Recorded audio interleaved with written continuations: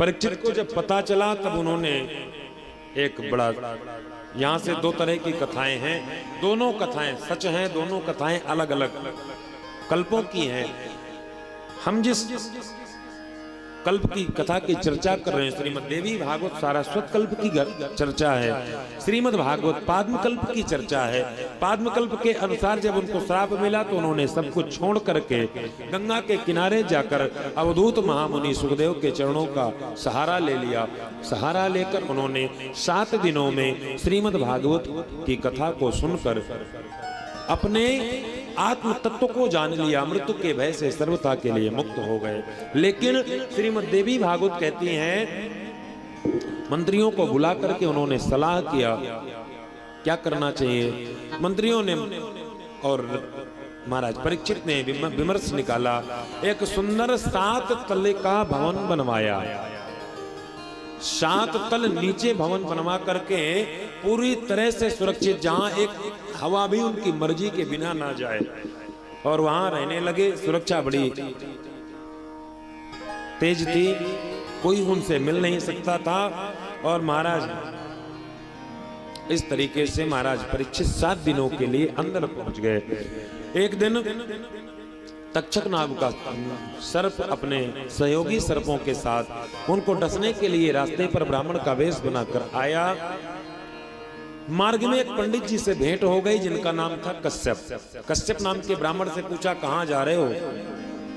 कश्यप ने कहा भैया महाराज परीक्षित को श्राप मिला है, उस श्राप को निष्फल करने के लिए, निस्तेज करने के लिए मैं जा रहा हूं। कैसे निस्तेज करोगे? मैंने सुना है कि तक्षक नाम का सर्प राजा परीक्षित को डसेगा तो वे भस्म हो जाएंगे। तक्षक नाम का सर्प बहुत खतरनाक है, और जब राजा भस्म हो जाएंगे तब मैं उनको प्राण अवस्थित कर दूंगा, उनके हृदय में मैं उनको फिर से जीवित कर दूंगा। तक्षक ने सोचा ये केवल बातें कर रहा है कि इसके अंदर कोई शक्ति भी है। जब देखा, उन्होंने कहा चाहिए बताओ तुम कैसे जीवित करोगे। चलो मानो मैंने इस वृक्ष को जला दिया।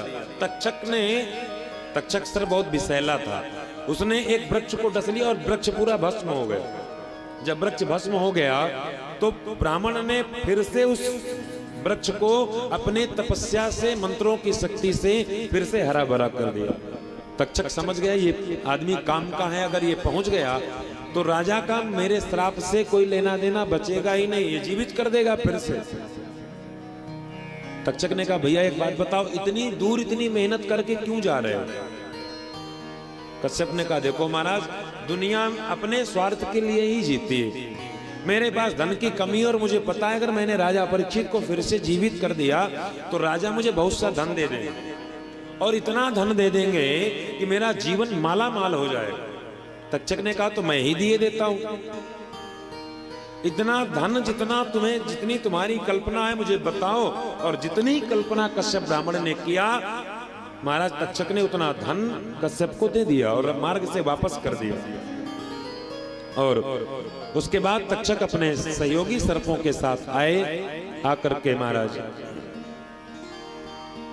ब्राह्मण का वेश बनाए थे, हाथ में फल फूल लिए थे।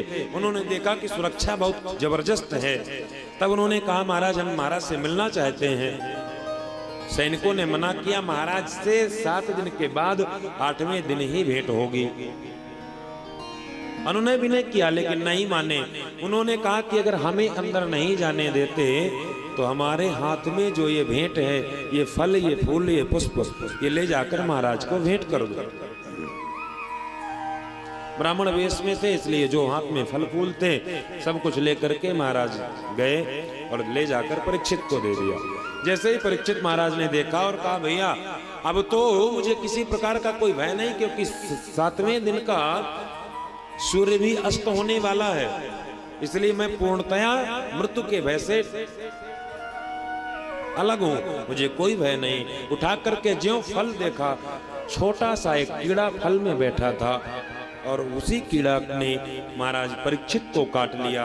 और परीक्षित के सामने तक्षक नाम का भयानक सर्प भी प्रकट हो गया। और जैसे ही तक्षक ने महाराज परीक्षित को डस लिया। महाराज परीक्षित तत्क्षण निष्प्राण हो गए, उनका शरीर भस्म हो गया। महाराज के जलने के तत्क्षण बाद सारे राज्य के लोग विह्वल हो गए, व्याकुल हो गए।